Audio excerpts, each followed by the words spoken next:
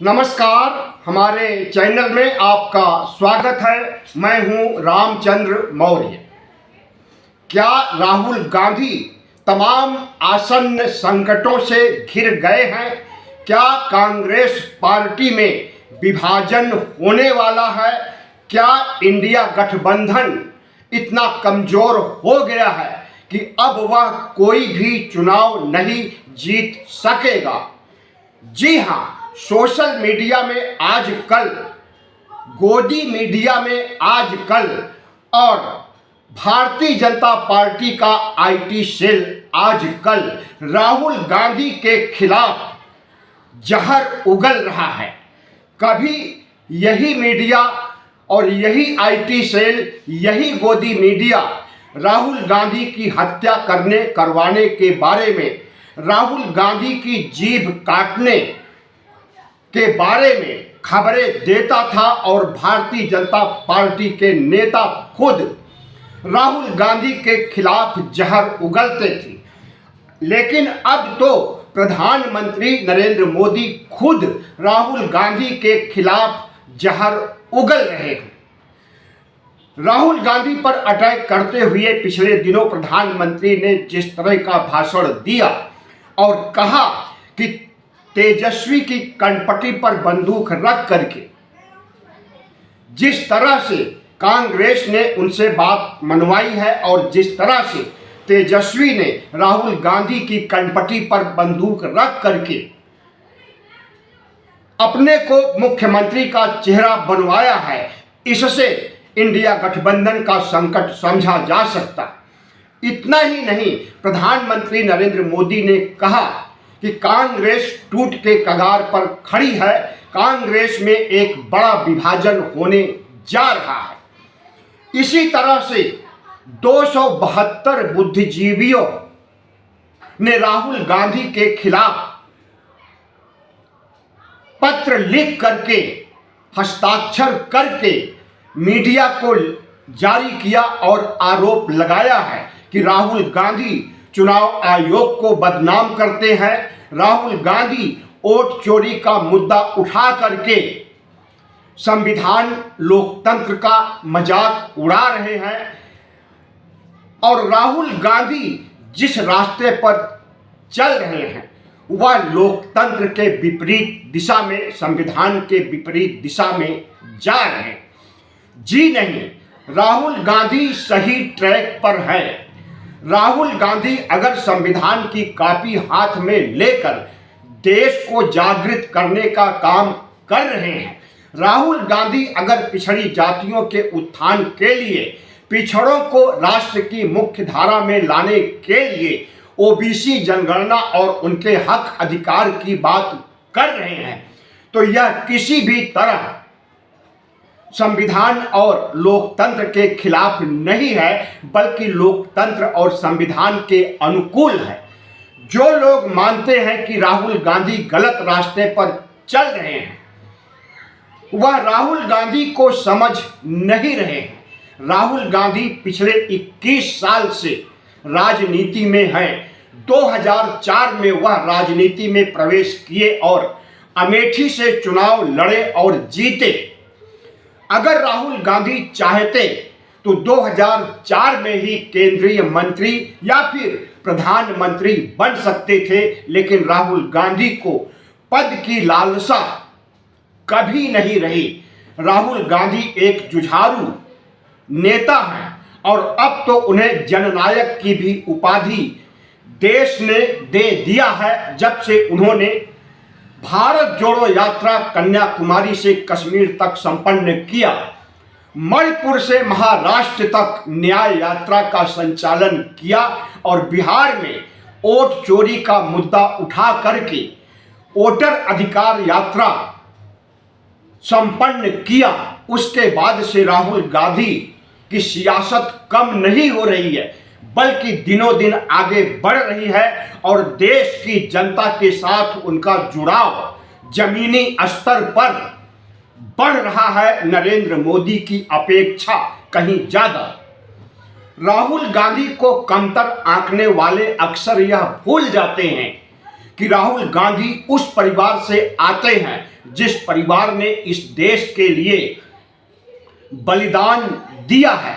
इंदिरा गांधी पूर्व प्रधानमंत्री और जवाहरलाल नेहरू की बेटी ने पहले बलिदान दिया और उनकी हत्या उनके अंगरक्षकों ने किया।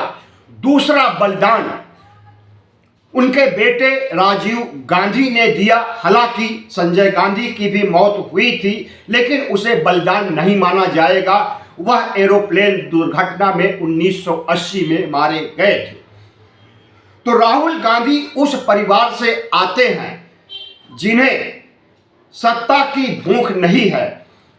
1989 से कांग्रेस पार्टी सत्ता में नहीं है केंद्र की, लेकिन राहुल गांधी के चेहरे पर कोई शिकन आप नहीं देख सकते हैं और जिस तरह से युवाओं को साथ लेकर के चल रहे हैं और इस देश के ओबीसी, एससी, एसटी के लिए काम कर रहे हैं, संविधान की कॉपी हाथ में लेकर ओबीसी, एससी, एसटी को जागृत कर रहे हैं, जागरूक कर रहे हैं, उनके साथ कनेक्टिविटी बनाए हुए हैं। इसे देखकर आरएसएस और भारतीय जनता पार्टी के हाथ से तोते उड़ते हुए नजर आ रहे हैं। यही वजह है कि कभी आरएसएस उनके ऊपर 35 से अधिक मुकदमे कर देता है और आए दिन उन्हें कोर्ट कचहरी का चक्कर लगाना पड़ता है, लेकिन राहुल गांधी इन मुकदमों से भी नहीं डिगे और जिस तरह से उन्होंने सावरकर को बेनकाब किया और जिस तरह से उन्होंने आज़ादी की लड़ाई से लेकर के और विचारधारा तक आरएसएस ने देश के साथ गद्दारी किया, उसे उजागर करने का काम अगर राहुल गांधी कर रहे हैं तो वह वाकई जन नेता हैं, जन नायक हैं। जन नायक के मुद्दे पर प्रधानमंत्री नरेंद्र मोदी ने बिहार में भाषण देते हुए कहा था कि कर्पूरी ठाकुर जननायक थे, आज उनके नाम को, उनकी पदवी को चुराया जा रहा है। उनका यही कहना था कि कांग्रेसियों ने कहना शुरू कर दिया था कि असली जननायक राहुल गांधी हैं, जिन्होंने भारत जोड़ो यात्रा से लेकर वोटर अधिकार यात्रा तक प्रधानमंत्री नरेंद्र मोदी को घेरने का काम किया और बीजेपी के तमाम कुकर्मों का पर्दाफाश किया है। जिस तरह से राहुल गांधी अडानी अंबानी को लेकर प्रधानमंत्री नरेंद्र मोदी को घेरते हैं और आरएसएस को उसकी विचारधारा के आधार पर घेरते हैं, हमें लगता है कि इसी वजह से इनके दुश्मनों की संख्या बढ़ गई है और इनके खिलाफ भारतीय जनता पार्टी का आईटी सेल, गोदी मीडिया और रिटायर्ड नौकरशाहों की फौज खड़ी हो गई है। सुनने में आया है कि जिन रिटायर्ड नौकरशाहों ने 272 इनकी संख्या है ने पत्र लिखा था, अब उन्हें पश्चाताप हो रहा है और अब वह राहुल गांधी को समझ चुके हैं। ऐसा भी सुनने में आ रहा है कि कई रिटायर्ड नौकरशाहों ने राहुल गांधी से माफी भी मांगी है, क्योंकि हर एक रिटायर्ड नौकरशाहों की पोल खोल करने का काम कांग्रेस ने पिछले दिनों किया। 272 बुद्धिजीवियों, नौकरशाहों, जजों, फौजियों ने जिस तरह से राहुल गांधी को गलत ठहराया था, तो कांग्रेस पार्टी ने इन 272 बुद्धिजीवियों को ही गलत ठहरा दिया और इन्हें कटघरे में खड़ा कर दिया। अब वह उन 272 में से अनेक राहुल गांधी से माफी मांग रहे हैं। राहुल गांधी एक ऐसी शख्सियत हैं जिन्हें नरेंद्र मोदी बर्दाश्त नहीं कर रहे हैं, क्योंकि 2024 के लोकसभा चुनाव में राहुल गांधी और इंडिया गठबंधन ने जिस तरह से भारतीय जनता पार्टी को डेंट दिया और 303 सीटों वाली भारतीय जनता पार्टी को 240 पर समेट दिया और कांग्रेस जो 52-53 पर थी उसे 99 पर ला दिया, बाद में 100 भी हो गए पप्पू यादव के समर्थन से या उनके आने से। और प्रियंका गांधी ने भी वायनाड में एक सीट जीती है। तो इस तरह से राहुल गांधी, जिस तरह से इनका कद बढ़ रहा है, जिस तरह से जनता के बीच इनकी स्वीकारोक्ति बढ़ रही है, उससे आरएसएस और भारतीय जनता पार्टी और नरेंद्र मोदी बुरी तरह से बौखलाए हैं और राहुल गांधी का चरित्र हनन करने, राहुल गांधी को बदनाम करने का कोई भी अवसर नहीं छोड़ रहे हैं। खुद तो बदनाम कर ही रहे हैं। इनका आईटी सेल, गोदी मीडिया और सोशल मीडिया का एक हिस्सा और इनके रिटायर्ड ब्यूरोक्रेट, इनसे भी राहुल गांधी की छीछा लेदर करवाई जा रही है। प्रधानमंत्री नरेंद्र मोदी के इशारे पर ही 272 रिटायर्ड अफसरों ने राहुल गांधी को घेरने का काम किया, लेकिन पासा पलट चुका है।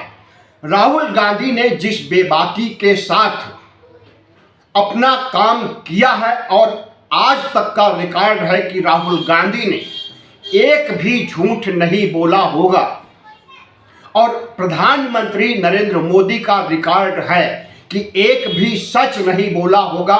जो बोला वह झूठ ही निकला और जुमला ही निकला है। तो राहुल गांधी से बौखलाने का और भी कई कारण हैं। जिस तरह से आरएसएस चाहता है कि वह वोट चोरी करवा करके और गलत रास्तों से भारतीय जनता पार्टी को सत्ता में बनाए रखे, और जिस तरह से गृह मंत्री अमित शाह असंवैधानिक रूप से भाषण देते हैं और कहते हैं कि प्रधानमंत्री नरेंद्र मोदी अगले 40-50 सालों तक राज करेंगे, और जिस तरह से जेपी नड्डा कहते हैं कि अब क्षेत्रीय पार्टियों की जरूरत ही नहीं है, इन्हें खत्म कर देना चाहिए बुलडोजर चला करके, या ऑपरेशन लोटस के तहत, या फिर सीबीआई, ईडी, आईटी के आतंक से क्षेत्रीय पार्टियों, विपक्षी पार्टियों को समाप्त कर देना चाहिए। हम समझते हैं या तो हिटलर से बड़ी तानाशाही होगी अगर ऐसा कुछ किया जाएगा जैसा जेपी नड्डा और अमित शाह कह और कर रहे हैं। राहुल गांधी विपक्ष को भी बचाना चाहते हैं, कांग्रेस को भी बचाना चाहते हैं। न सिर्फ बचाना चाहते हैं बल्कि इंडिया गठबंधन और कांग्रेस को सत्ता में लाकर भारत की बदलती तस्वीर को, भारत जिस दिशा में आगे बढ़ रहा है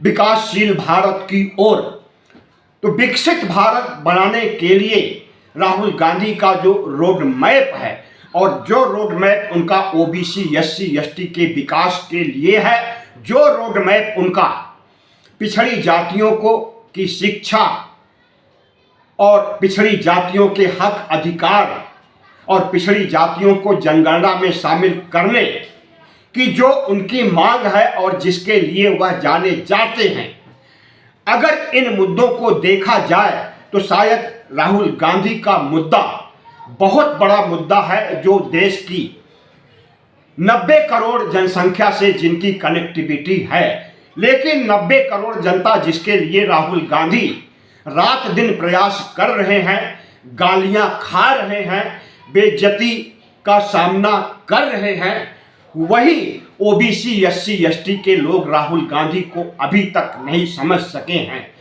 राहुल गांधी जिस तरह से जागरूकता, सामाजिक जागरूकता, राजनीतिक जागरूकता ओबीसी, एससी, एसटी में लाना चाहते हैं, काफी हद तक कामयाब हो गए हैं। और संविधान बचाने के मुद्दे पर जिस तरह से ओबीसी और दलित जातियों ने राहुल गांधी का साथ दिया है, हमें लगता है कि जैसे जैसे समय बीतेगा वैसे वैसे ओबीसी, एससी, एसटी की आंखें खुलेगी और राहुल गांधी के प्रति उनका नजरिया बदलेगा। और जो नरेंद्र मोदी आज सत्ता के केंद्र में राहुल गांधी को ललकार रहे हैं, कांग्रेस को तोड़ देने की धमकी दे रहे हैं, तो क्या प्रधानमंत्री नरेंद्र मोदी फिर से ऑपरेशन लोटस करके कर्नाटक, तेलंगाना और हिमाचल की सरकार को गिराना चाहते हैं और उसका संकेत वह बिहार चुनाव के भाषणों में दे देते हैं कि कांग्रेस टूटने वाली है, कांग्रेस खत्म होने वाली है। कांग्रेस मुक्त भारत का नारा 2014 में ही दे दिया था। लेकिन राहुल गांधी न तो आरएसएस से डरते हैं, न नरेंद्र मोदी से डरते हैं, न कारपोरेट से डरते हैं, न सीबीआई, ईडी, आईटी से डरते हैं, किसी से नहीं डरते हैं। और जिस तरह से उन्होंने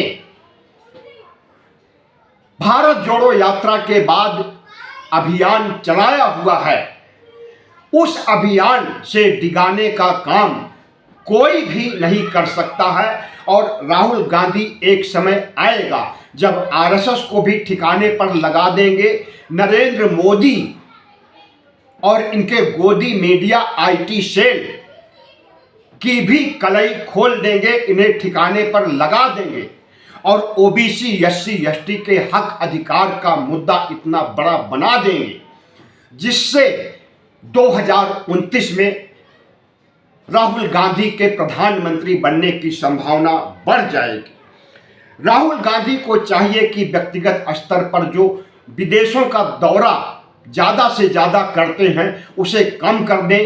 राहुल गांधी को चाहिए कि वह कांग्रेस में घुस आए, आरएसएस और बीजेपी के एजेंटों को बाहर निकाल करके फेंकना चाहिए और कांग्रेस का शुद्धिकरण करना चाहिए। शशि थरूर जैसे मोदी के अंधभक्त जो कांग्रेस में रहते हुए बीजेपी का गुणगान, मोदी का गुणगान कर रहे हैं, इन्हें निकाल बाहर करना चाहिए। अपने शत्रुओं को समझ करके शत्रुतापूर्वक व्यवहार करना चाहिए और अपने हितैषियों, अपने शुभचिंतकों की भावनाओं को देखते हुए इस देश के 90% ओबीसी, एससी, एसटी के प्रति जो उनका नजरिया है उसे और विस्तार देना चाहिए और संविधान, लोकतंत्र को बचाने के मुद्दे को बड़ा मुद्दा बनाना चाहिए। वीडियो कैसा लगा? अच्छा लगा हो तो चैनल को सब्सक्राइब कीजिए, लाइक कीजिए और शेयर कीजिए।